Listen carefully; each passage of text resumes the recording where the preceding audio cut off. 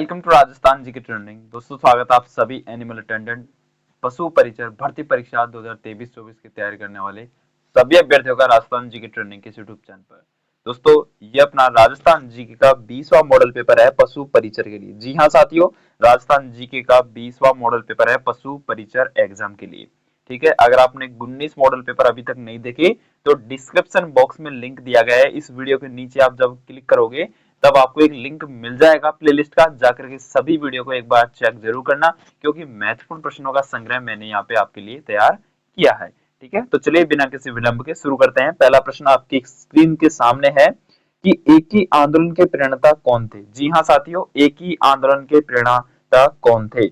बिल्कुल मोतीलाल तेजावत अपने एक ही आंदोलन के प्रणेता थे।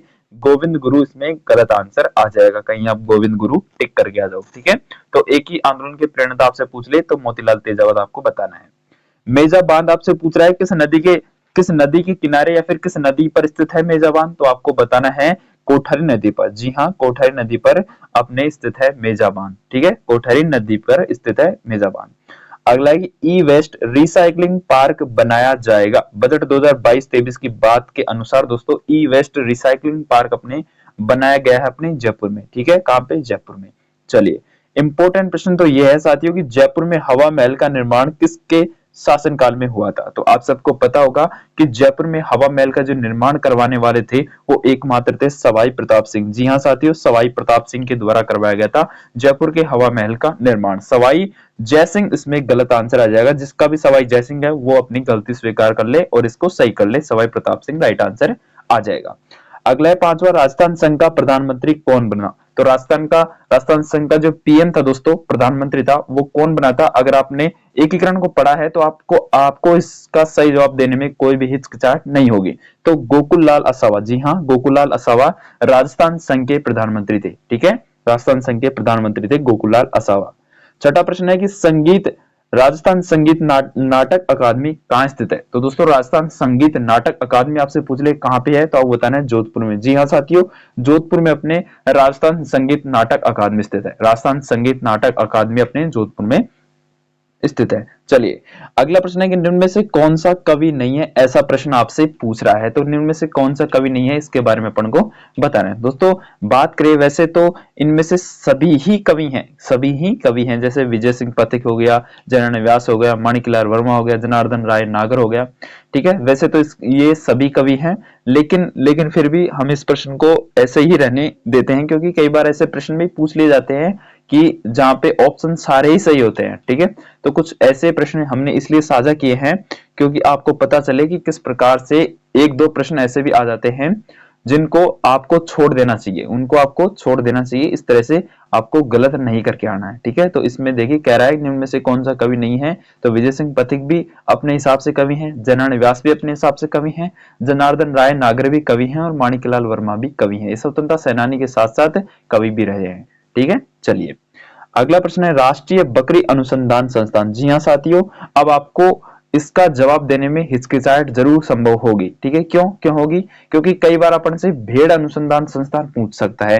ठीक है, लेकिन बकरी अनुसंधान संस्थान पहली बार आपसे पूछ रहा है। तो बिल्कुल भेड़ बकरी एक ही है और वो अविका नगर में है। कहां पे है? अविका नगर में है। अविका नगर अपने टोंक में है। ठीक है, तो राष्ट्रीय बकरी अनुसंधान संस्थान पूछ ले या फिर भेड़ अनुसंधान संस्थान पूछ ले तो आपको बताना है अविका नगर टोंक। ठीक है, चलिए राजस्थान में कहां अकबर का किला स्थित है। जी हाँ साथियों, अकबर का किला आपसे पूछ ले तो आप बताना है अजमेर में। जी हाँ, नागौर में नहीं, नागौर जिनका भी है वो गलती अपने स्वीकार कर ले और अजमेर सही कर ले। ठीक है, तो राजस्थान में कहां पे अकबर का किला स्थित है, तो अजमेर में अकबर का किला स्थित है। ठीक है, 10वां प्रश्न है कि बूंदी रियासत के बरड़ किसान आंदोलन का नेता कौन था। तो बूंदी किसान, जी हाँ, बूंदी रियासत के बरड़ किसान आंदोलन का नेता आपसे पूछ ले कौन था, तो नैनूराम शर्मा। जी हाँ साथियों, नैनूराम शर्मा अपने बूंदी रियासत के बरड़ किसान आंदोलन के नेता थे। ठीक है, ये अपने नेताओं से संबंधित महत्वपूर्ण प्रश्न था। अगला प्रश्न है कि वाटर होल गणना 2012, जी हाँ, वाटर होल गणना 2022 के अनुसार झालाना और आमागढ़ तेंदुआ रिजर्व में झालाना एवं आमागढ़ तेंदुआ रिजर्व में तेंदुओं की आबादी में कितने प्रतिशत की वृद्धि हुई थी। तो वाटर होल गणना 2022 की अगर हम बात करें तो झालाना एवं आमागढ़ तेंदुआ रिजर्व में तेंदुओं की आबादी में वृद्धि आपसे पूछ रहा है, तो आपको बताना है 43%। ठीक है, वैसे ये प्रश्न पूछा नहीं जाएगा। ठीक है, चलिए पुराना प्रश्न होगा ये, ठीक है। चलिए, ये प्रश्न आपके लिए इंपॉर्टेंट है कि भाखड़ा नागल परियोजना में राजस्थान की कितनी हिस्सेदारी है। तो भाखड़ा नागल परियोजना में राजस्थान की हिस्सेदारी आपसे पूछ ले तो आपको बताना है 15.2%। जी हाँ, 15.2% अपने भाखड़ा नागल परियोजना में राजस्थान की हिस्सेदारी है, ठीक है। ये संयुक्त परियोजना है दोस्तों, तो इसलिए राजस्थान की हिस्सेदारी 15.2% है। अगला है कि प्रसिद्ध चित्रकार अपने साहिबराम किस चित्रकला शैली से संबंधित है। दोस्तों, साहिबराम से संबंधित कई बार प्रश्न पूछे जा चुके हैं, अपने ही मॉडल पेपर में शायद 2 से 3 बार रिपीट हो चुके हैं साहिबराम। तो साहिबराम अपने जयपुर चित्रकला शैली से संबंधित है, ठीक है। चलिए, अगला प्रश्न है कि निम्नलिखित कौन सा युग्म सही सम्मिलित नहीं है। तो कौन सा युग्म ऐसा है जो सही सम्मिलित नहीं है, इसके बारे में अपन को बताना है। तो दोस्तों, आप सबको पता है तांबा अपने खेतड़ी, खेतड़ी का पे झुंझुनू में, ठीक है, उससे संबंधित है बिल्कुल। लौह अयस्क अपने मोरिजा बानोल में निकलता है, बिल्कुल। सीसा और जस्ता जावर में निकलता है, जी हाँ। टंगस्टन अपने पलाना में नहीं निकलता, ये अपना राइट आंसर आ जाएगा और यही गलत आ जाएगा इस प्रश्न के अकॉर्डिंग, असत्य, ठीक है। चलिए साथियों, हर्षद माता मंदिर कहां पे है, सबको इसका आंसर पता होगा और सभी इसका जवाब देने की कृपा करें। जी हाँ, हर्षद माता मंदिर अपने कहां पे है, आभानेरी में है। कहां पे है, आभानेरी। आभानेरी कहां पे है, दौसा में, ठीक है। और चांद बावड़ी भी अपने आभानेरी में है। आभानेरी आप सबको पता है कहां पे, दौसा में। जी हाँ, 28 मई 2022 को देश में अपनी तरह का पहला सौर पवन संकर विद्युत उत्पादन संयंत्र कहां शुरू किया गया। तो सौर पवन संकर विद्युत उत्पादन संयंत्र अपने कहां शुरू किया गया, देश का पहला, वो किया गया जैसलमेर में। जी हाँ, कहां पे, जैसलमेर में, ठीक है। चलिए साथियों, अगला है कि सरिता मोर संबंधित है। सरिता मोर संबंधित है, तो सरिता मोर अपने किससे संबंधित है, एक कुश्ती से संबंधित है। कुश्ती से संबंधित है अपने सरिता मोर, ये अपनी खिलाड़ी है कुश्ती की और एक कुश्ती से संबंधित है सरिता मोर, ठीक है। चलिए, गुरु गोवालकर जन भागीदारी योजना का नाम बदलकर क्या रखा गया है। दोस्तों, गुरु गोवालकर जन भागीदारी योजना का नाम बदलकर आपसे पूछ ले क्या रखा गया है, तो आपको बताना है महात्मा गांधी जन भागीदारी योजना। जी हाँ, महात्मा गांधी जन भागीदारी योजना। चलिए, अगले प्रश्न की बात करते हैं। मेवाड़ के किस महाराणा ने पिछोला झील में जगनिवास नामक महल बनवाए थे। जी हाँ, मेवाड़ के ऐसे कौन से महाराणा थे जिन्होंने पिछोला झील में या पिछोला झील के किनारे जगनिवास नामक महल बनवाए थे। तो दोस्तों, वो थे अपने महाराणा जगत सिंह। जी हाँ, जगनिवास से आप याद रख सकते हैं जगत सिंह, ठीक है। चलिए, बजाज सागर बांध किस नदी पर स्थित है, तो आपको बताना है बजाज सागर बांध किस नदी पर स्थित है, बिल्कुल माही नदी पर स्थित है बजाज सागर बांध। वागड़ की मीरा आप सबको पता है गौरी बाई को कहते हैं, वागड़ की मीरा गौरी बाई को कहते हैं। चलिए, 22वां प्रश्न है कि राजस्थान में निम्न में से किन स्थानों को विंड एनर्जी फॉर्म प्रोजेक्ट के अंतर्गत पवन ऊर्जा के मार्गदर्शन संसर्ग हेतु चुना गया है। तो राजस्थान में निम्न में से किन स्थानों को विंड एनर्जी फॉर्म प्रोजेक्ट के अंतर्गत पवन ऊर्जा के मार्गदर्शन हेतु चुना गया है, और वो स्थान अपने कौन कौन से हैं, ये अपने जैसलमेर, देवगढ़ और फलोदी को चुना गया है, ठीक है, अपने अपने विंड एनर्जी यानी कि सौर ऊर्जा उत्पादन के लिए, ठीक है। चलिए, सौर ऊर्जा उत्पादन के लिहाज से चुना गया है।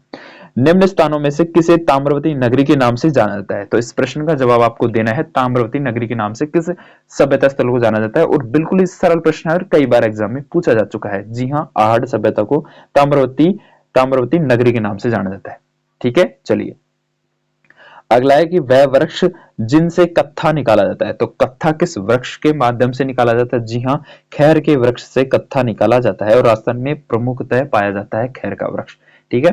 बिज्जी किस साहित्यकार का उपनाम है। दोस्तों, बिज्जी किस साहित्यकार का उपनाम है, इस तरह से आपसे पूछ रहे तो बताना है विजयदान देथा से। जी हाँ, विजयदान देथा से ही संबंधित है बिज्जी। बिज्जी विजयदान देथा का ही उपनाम है, ठीक है। चलिए, माही नदी के बाएं किनारे की सहायक नदी कौन सी है। तो माही नदी के बाएं किनारे की सहायक नदी आपसे पूछ ले साथियों तो कौन सी है, तो आपको बताना है ईरू भी बाएं नदी है, जाखम भी है, चाप भी है, अनास भी है, ठीक है। तो इस तरह से प्रश्न क्यों भाई, तो मैंने आपसे शुरू में कहा था कि इस ऐसे प्रश्न आपसे पूछ ले तो आपको या तो उसका जवाब नहीं देना है, ठीक है, बिल्कुल ही नहीं देना है। तो इस प्रकार से प्रश्न वे बनते हैं जो आपका सिलेक्शन करवाते हैं। जी हाँ साथियों, बाद में जाकर इन पर कोर्ट केस चलते हैं, ठीक है। तो इस प्रकार से भी प्रश्न आपसे पूछे जा सकते हैं, तो इसलिए आपको इन प्रश्नों को छोड़ देना ही बहुत बढ़िया होता है, ठीक है। चलिए, 27वें प्रश्न की बात करते हैं कि पलाण, मोहरा, गोरबंद और परचनी राजस्थान के किस पशु के श्रृंगार के आभूषण हैं। तो दोस्तों, अपन पलाण, मोहरा, परचनी से तो क्या याद रख पाएंगे, गोरबंद आ गया, जहीं अपना राइट आंसर आ गया। गोरबंद आ गया, तो गोरबंद आप सबको पता है ऊंट का आभूषण है, तो ऊंट आपका राइट आंसर आ जाएगा। चलिए 28वें प्रश्न की बात करते हैं। आलमशाही मुगलिया सिक्का राजस्थान में कहां प्रचलित था? बिल्कुल ही सरल प्रश्न है और इंपॉर्टेंट प्रश्न है। आलमशाही मुगलिया सिक्का, आलमशाही मुगलिया सिक्का सिर्फ आपको पता होना चाहिए दोस्तों, बीकानेर, जी हाँ दोस्तों, बीकानेर में प्रचलित था आलमशाही मुगलिया सिक्का। ठीक है। मध्यकालीन पट्टा रेख, मध्यकालीन पट्टा रेख से आप क्या समझते हैं? तो मध्यकालीन पट्टा रेख से अपन दोस्तों पट्टा में लिखा हुआ निर्धारित कर यानी टैक्स, टैक्स से संबंधित है। ठीक है, टैक्स से संबंधित है मध्यकालीन पट्टा रेख। ठीक है, टैक्स से संबंधित है। चलिए साथियों, राजस्थान की कुल सीमा पूछ रहा है। जी हाँ दोस्तों, टोटल बॉर्डर ऑफ राजस्थान। ठीक है, टोटल सीमा पूछ रहा है राजस्थान की, तो आपको बताना है टोटल सीमा कितनी है राजस्थान की। जी हाँ, 5,920 किलोमीटर। ठीक है, 5,920 किलोमीटर, 1,070 किलोमीटर अंतरराष्ट्रीय सीमा है। ठीक है, और अंतरराज्यीय सीमा 4,850 है। इन दोनों को जोड़ लीजिए, 5,920 किलोमीटर आ जाएगा। ठीक है, चलिए अगला प्रश्न है कि राजस्थान के पहले आयुर्वेदिक चिकित्सा स्वास्थ्य और कल्याण केंद्र की आधारशिला मुख्यमंत्री द्वारा कहां की गई? दोबारा पढ़िए, राजस्थान के पहले आयुर्वेदिक चिकित्सा स्वास्थ्य और कल्याण केंद्र की आधारशिला मुख्यमंत्री द्वारा कहां रखी गई थी? और ये मुख्यमंत्री के द्वारा रखी गई थी खमनोर में। जी हाँ, खमनोर में।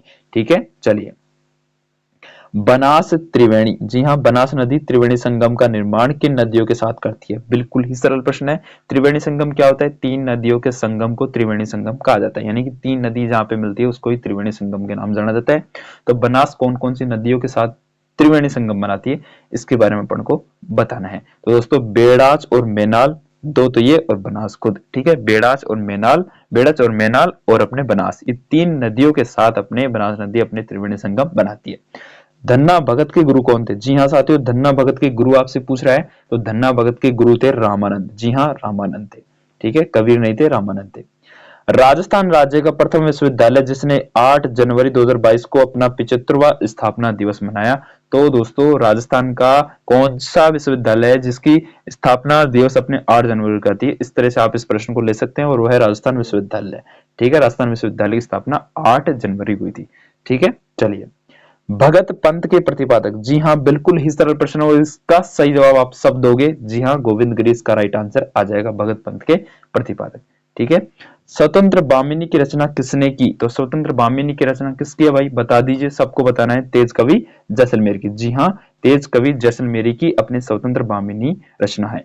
ठीक है, चलिए इनमें से कौन सा सम्मिलित नहीं है, इसके बारे में बताना है। तो एक तरफ है, एक तरफ है खान, एक तरफ है उनसे संबंधित क्या है, सॉरी, एक तरफ है धातु और उनसे संबंधित खान। ठीक है, तो अपन को बताना है कौन सा सम्मिलित नहीं है। तो बता सकते हैं बिल्कुल, तांबा अपने सिंगाना, सिंगाना कहाँ पे है, झुंझुनू में है, वहां से निकलता है। और अपने सीसा जस्ता राजपुरा दरीबा में, बिल्कुल टंगस्टन डेगाना में, जी हाँ, टंगस्टन डेगाना में ही निकलता है, लेकिन अब्रक जामसर में नहीं निकलता। यही अपना राइट आंसर आ जाएगा, और यही इस प्रश्न के अकॉर्डिंग गलत आंसर आ जाएगा। ठीक है, चलिए अगले प्रश्न की बात करते हैं। छगनबैन ने सर्वोदयी गतिविधियों के लिए राजस्थान के किस क्षेत्र को चुना है? तो छगनबैन ने दोस्तों सर्वोदयी गतिविधियों के लिए अपने किससे चुना है, किस क्षेत्र को चुना है?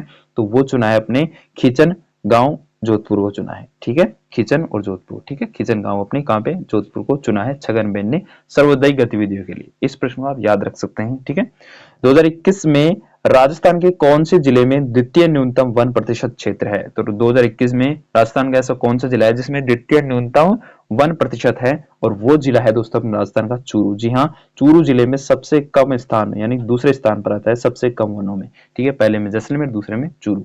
ठीक है, चलिए अगला है, राजस्थान के किस जिले की सरस डेयरी ने 17 अगस्त 2022 को अपनी स्वर्ण जयंती मनाई थी? यानी कि 17 अगस्त को किस सरस डेयरी की स्थापना दिवस आती है? और वो है दोस्तों अपने अजमेर सरस डेयरी की। ठीक है, निम्नलिखित आमेर के शासकों में से किसने 3 मुगल बादशाहों क्रमशः जहांगीर, शाहजहां और औरंगजेब के शासनकाल में मुगल दरबार में सेवाएं दी? और ये इंपॉर्टेंट प्रश्न है, और इसका राइट आंसर मिर्जा राजा जयसिंह आ जाएगा। ठीक है, मिर्जा राजा जयसिंह, जयसिंह नहीं आ जाएगा, मिर्जा राजा जयसिंह आएगा। ठीक है, जिन्हें मिर्जा अपने शाहजहां ने इनको उपाधि दी थी। चलिए किराड़ू का सोमेश्वर मंदिर किस स्थापत्य कला से संबंधित है? जी हाँ साथियों, महत्वपूर्ण प्रश्न है, और ये गुर्जर प्रतिहार शैली से संबंधित है किराड़ू का सोमेश्वर मंदिर। ठीक है, पंचायतन शैली नहीं आएगा, अपने क्या आएगा, गुर्जर प्रतिहार। ठीक है, दामना नामक आभूषण कहाँ धारण किया जाता है? तो स्त्रियों द्वारा दोस्तों दामना नामक आभूषण अपने उंगलियों में पहना जाता है। जी हाँ, उंगलियों में पहना जाता है। अगला है ढोला मारूरा दोहा का रचयिता कौन है? तो दोस्तों ढोला मारूरा जो दोहे हैं दोस्तों, ढोला मारू के जो दोहे हैं उनके रचयिता आपसे पूछ लेना कौन है। ढोला मारूरा दोहा का रचयिता वो है कल्लोल। जी हाँ, कल्लोल है। ठीक है। शुभ शक्ति योजना 2022 के अंतर्गत राजस्थान सरकार महिलाओं एवं बालिकाओं के लिए आत्मनिर्भर एवं सशक्त बनने की वित्तीय सहायता प्रदान करती है। तो महिलाओं को आत्म सशक्त बनने के लिए कितने रुपए की वित्तीय सहायता प्रदान करती है? और वो करती है 55,000 रुपए की वित्तीय सहायता प्रदान करती है शुभ शक्ति योजना के तहत। ठीक है। अगला प्रश्न है कि दुर्लभ बीमारियों से ग्रस्त बच्चों में वयस्कों के लिए क्राउड फंडिंग के लिए सरकार ने किस पोर्टल को लॉन्च किया है? तो दुर्लभ बीमारियों से ग्रसित बच्चों के लिए दोस्तों एक पोर्टल है और उस पोर्टल का नाम है साथियों राज संबल पोर्टल। ठीक है। इसको लॉन्च किया है राजस्थान सरकार के द्वारा। राजस्थान विभाग स्वास्थ्य विभाग राजस्थान ने किस यानी कि स्वास्थ्य विभाग राजस्थान ने खालिस्तान तक तपेदिक यानी टीबी को खत्म करने के उपलक्ष्य को प्राप्त करने के उद्देश्य से टीबी मुक्त राजस्थान अभियान प्राप्त किया है। तो दोस्तों ये अपने कब तक मुक्त करने के लिए कहा है? 2025 तक। ठीक है।